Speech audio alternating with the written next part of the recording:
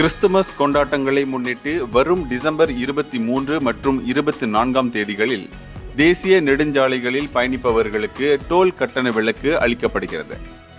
இதையடுத்து அனைத்து தனியார் வாகனங்களுக்கும் வரும் திங்கட்கிழமை 12:01 மணி முதல் செவ்வாய்க்கிழமை இரவு 11:59 மணி வரை இலவச கட்டண சேவை அமல்படுத்தப்படும் என்று பொதுப்பணித்துறை அமைச்சர் அலெக்சாண்டர் நந்தாலிங்கி இன்று வெளியிட்டுள்ள ஒரு அறிக்கையில் தெரிவித்துள்ளார். மேலும் இதற்கான செலவு 38 மில்லியன் ரிங்கெட்டாக இருந்தாலும் அதை மத்திய அரசு பொறுப்பேற்கிறது எனவும் அவர் சொன்னார்.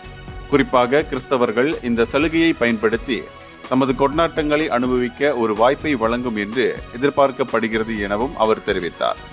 அதே நேரம் பங்குனன் சுல்தான் இஸ்கண்டார் சுங்கச்சாவடி மற்றும் ஜொஹூரில் உள்ள தஞ்சோங் குபாங் சுங்கச்சாவடிகளுக்கு இந்த கட்டண விலக்கு பொருந்தாது என்றும் அவர் சொன்னார்.